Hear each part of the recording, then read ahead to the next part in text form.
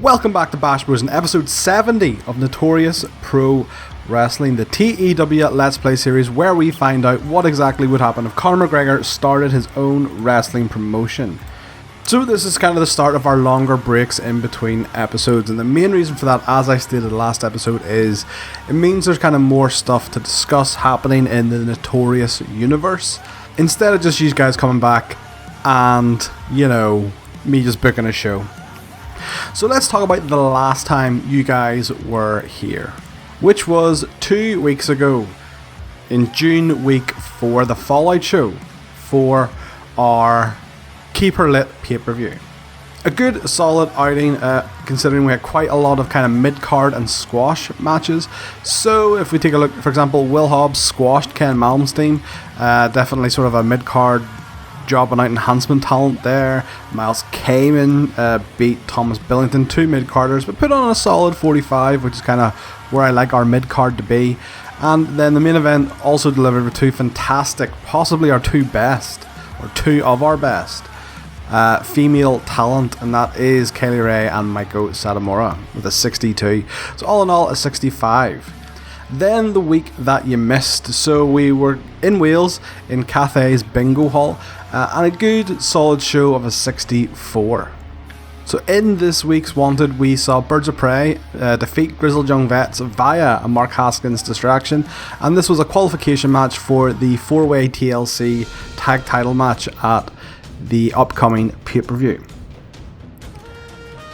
We also then had Kenny Williams, who is going to have a mini feud with Mandrews to just allow Mandrews to get a new gimmick. We're pretty much going to turn him into the Welsh Darby Allin, and yeah, that was just a wee squash match to give Kenny momentum into that. Martina defeated Rhea O'Reilly in the round of 16, I think. Or we're up to the quarters, maybe we're on to the quarters, in a quarter final match in our Women's Eliminator Tournament.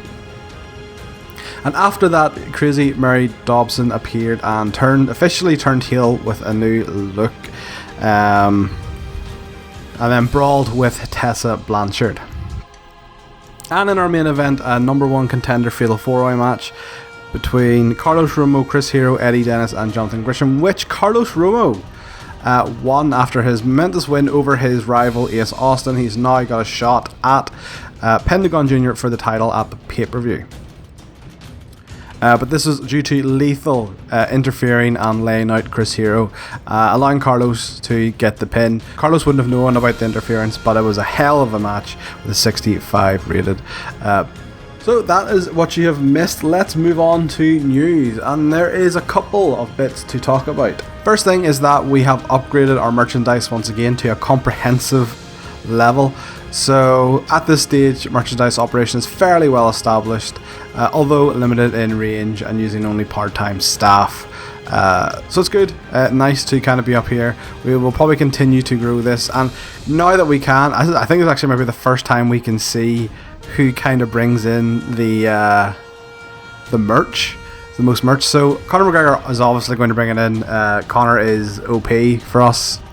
Pentagon then is kind of our top merch mover. It would make sense him being our world champion and everything. Maki Ito is our third biggest merch mover this month. Not really surprised considering she is quite charismatic. Chris Hero, also one of our top merch movers. And then Martina, also a top merch mover. It's quite cool to see this breakdown now that we officially have it and we can kind of watch, you know, around this. So yeah, that's pretty cool. Last time you guys were here, we resigned a lot of our fight students or fight school students, but there was one more contract that came up, and that was of our latest road agent, Paul Tracy. We just kind of use him as a road agent. We don't really use him as a wrestler, saying that we maybe do have plans for Ken Malmsteen to become a mid-carder. which would then allow Paul Tracy to take over kind of as our heel jobber. We really brought him in, not necessarily because he was the best one available, but because just to try and keep the theme of, you know, Irish and UK talent. I'm going to completely contradict myself with something I'm going to say later on during the news segment. Next up, we're moving across the pond to AEW. They had a lot of releases, some of which are actually kind of surprising. So, Joey Janela released, not a massive surprise with this one. I'll admit. Joey has been released from both AEW and GCW, so he's currently unemployed. I don't think I'm really going to bring him in, to be honest. Nyla Rose, a bit surprising with this one. She is good. She doesn't really have a weakness in her game. So it'll be interesting to see where she goes. Maybe her age was a bit of a factor in that. She is 39. And then Dustin Rhodes, this one was very surprising. Cody Rhodes is still with AEW, although he is on a handshake deal, so Dustin being released is a bit of a surprise. He's a good agent. I don't get why they even just didn't keep him on as an agent. But then again, I think the high quality of worker that they have in AEW, a lot of their stuff is probably called in-ring. You know, we have Daniel Bryan, CM Punk, etc., etc. And finally, Colt Cabana, also released. I would say he will pick up work relatively quickly. He's very entertaining, good psychology, good worker. Might bring him in for a one-off match. He can work in Britain, maybe against Grado. I believe they were in a short-lived tag team with, Iron Jew. forgot it was called that. Iron Jew. Maybe bring them in for like at the Braveheart pay-per-view. We'll do like a Colt Cabana versus Grado match, just for a bit of fun. And then sticking with AEW, a couple of interesting tidbits. The first is that Adam Page extended his contract, but he is no longer exclusive written. He is a handshake, and because he has a handshake deal, he's actually started to work with Impact and is their X Division champion. I found out recently. So he went to Impact just last month and is already their Impact X Division champion. That's pretty cool, I think. I mean, I wouldn't have let him go. I definitely think in real life AEW wouldn't let him go. But yeah, that's pretty cool. I'm interested to see what he does now that he's kind of more of a free agent. And another person who has agreed an extension but has gone to a handshake deal is Kenny Omega. Yes, no longer exclusive. And look at that. Look how you can work in Britain. Oh, how about that? That's interesting, isn't it? How about? Yeah, so we have actually already entered negotiations with Kenny Omega. 2 reasons. One, with our wrestling nerd Nirvana style, he is a perfect fit for us in terms of he is rated more on skills than kind of his overness, and Kenny Omega is pretty much like one of, if not the best overall performer in the game. So yeah, absolute no-brainer to bring him in. The second reason was I kind of thought of the perfect way to introduce him directly into a storyline, and it would actually be the Grado Desperation storyline.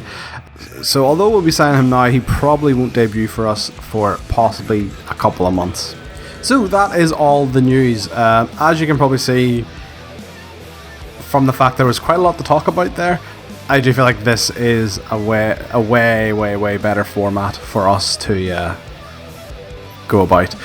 So yeah, that's the news done. We've covered the tapings we've had since you've last been here. So let's book the show. Okay, we are back coming at you from the Priory Centre in Cambridgeshire. It is Thursday Night Wanted. I should say, and I probably should have said at the very start of the episode, Nick and I are having work done to the garden. So if you hear background noise and banging and clanking, that's what it is. It's people sorting out our back garden. Just to clarify, as Nick said to me, it's not really ideal recording conditions, is it? He's right, they're not, but we have to make do what we have to make do. Right, so what do I have to say about booking this? So everything fit okay. One promo I didn't plan for had to be dropped to the pre-show. Other than that, everything fit grand. So, let's run the show. Backstage promo. Aussie Open pretty much say that if they can't win the titles, they might not as well be a team before their qualifier match tonight. So yeah, that's just a wee taster. Say them pretty much saying if they don't win at the pay-per-view, that's them calling it quits as a team. 46 promo, which is okay. Next up in a backstage promo with Pentagon and Carlos. Pentagon says ahead of their tag team match tonight, he's proud of Carlos. He's come back stronger. He's vanquished a lot of his demons, such as Ace Austin, but Pentagon is one demon that won't go away, especially when it comes to the title. 66 rated segment, which is good. And in our pre-show match, Easton Reese and the Grizzled Young Vets defeated Dean Allmark and the Velocities in 10 minutes when Reese pinned Paris De Silva. Zach had a 57, James had a 56, Reese had a 58, Jude had a 43, Paris had a 43, and Dean had a 40. 54 overall. That match definitely feel like it overperformed, judging by the amount of 40s in there, so I'm happy enough with that. And on to the main card, Ace Austin is out to the ring. He says he doesn't need Carlos, he doesn't need Will, he just needs himself. He is Ace Austin and he always has an ace up his sleeve. So he's spiting this shite, and then Will Hobbs comes in from the crowd and starts just battering the lad, like whooping his ass. Agents all rush out to separate the two. Connor's like, whoa big man, whoa, don't worry, you'll get your shot at the pay-per-view. So that sets up the match then, Ace Austin versus Will Hobbs at the King is Back pay-per-view. 61, which is very good for Ace. They carried a lot of this promo. Next up in a qualifying match for the TLC match at the pay-per-view, it is Aussie Open defeating Filthy Generation in 1730 when Kyle Fletcher pinned Lewis Gervin after a fidget spinner. Kyle got a 61, Mark had a 62, and both of Filthy Generation had a 45. Great chemistry bonuses for Aussie Open. 58 overall, which is good. Aussie Open definitely dragged the most they could out of Filthy Generation. Next up, backstage angle where Nick Aldis bumps into his old buddy, his old British Invasion partner, Doug Williams. And they're chatting, and Nick's like, look, I can't do this alone. I want you to have my back. And we take Notorious Pro Wrestling by the scruff of the neck and take it the direction we wanted to make it better for everyone. Doug's like, I appreciate that. We had a lot of good times, but look, I'm all about coaching now. That's what I do. I'm not really wrestling anymore. Nick Aldis then is like, how about a tag match at the pay-per-view? Doug's like, I'm not too sure. And then he says it's against Easton Reese's best mates, the Grizzled Young Vets. Doug, having a history with Easton Reese, is like, you know what? Yeah, fuck it, let's do it. One more match. And this is kind of the formation now as well of the British Wrestling Embassy, which is Doug as the leader with his young students, the Billington Bulldogs and Miles Kamen. So 64 rated segment.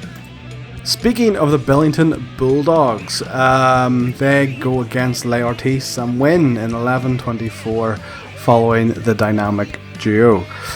Thomas had a 32, Mark had a 33, Peter had a 38, Lucas had a 38. 38 overall, which is not particularly good. Doug is the manager for the Billington Bulldogs, so he did help however he could.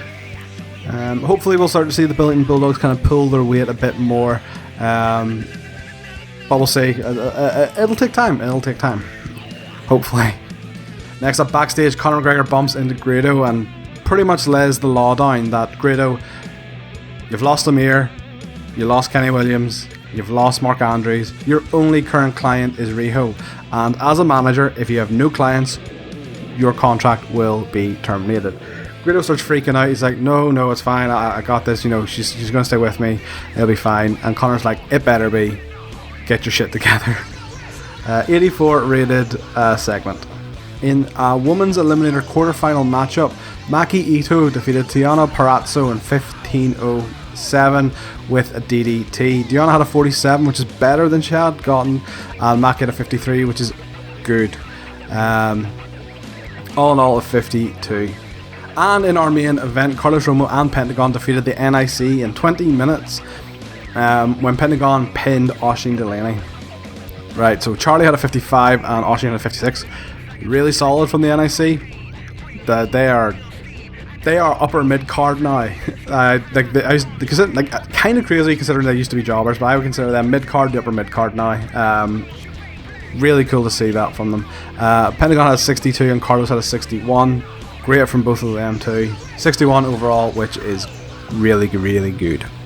And post match, Pentagon and Carlos stare off as Pentagon raises the title. Just a wee tease before their match at the pay-per-view. 57 rated segment.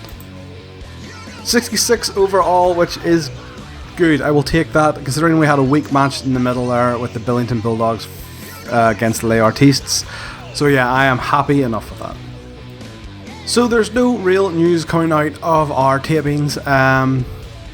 What it might be worth doing though is taking a look at the women's tournament and as it stands so far. So the only quarter-final match left is Riho versus Debbie Keitel. And the only semi-final match we know of yet is Maki Ito versus Martina, which, I'll not lie, kind of sounds like a dope match on paper. That's a lot of charisma in the ring. So that is it for this week. Next time you guys will be here will actually be for the King is Back pay-per-view, where the current matches we have lined up for it are the reunion of the British Invasion for one more match versus Grizzled Young Vets. So the Fatal 4-Way TLC match, which we know all combatants for, which is Aussie Open versus Birds of Prey versus Lycos Gym versus Dynasty for the tag titles. We have Ace Austin versus Will Hobbs, and we also have Carlos Romo versus Pentagon Jr. for the NPW Championship. So if you have enjoyed this episode, leave a like and do subscribe to Bash Bros for this and many more good shit shows from the Bash Bros and myself. If at all you have any ideas for storylines, rivalries, factions, tag teams, you name it, and I will try book it for you. And with all that being said, I will see you next time on Bash Bros.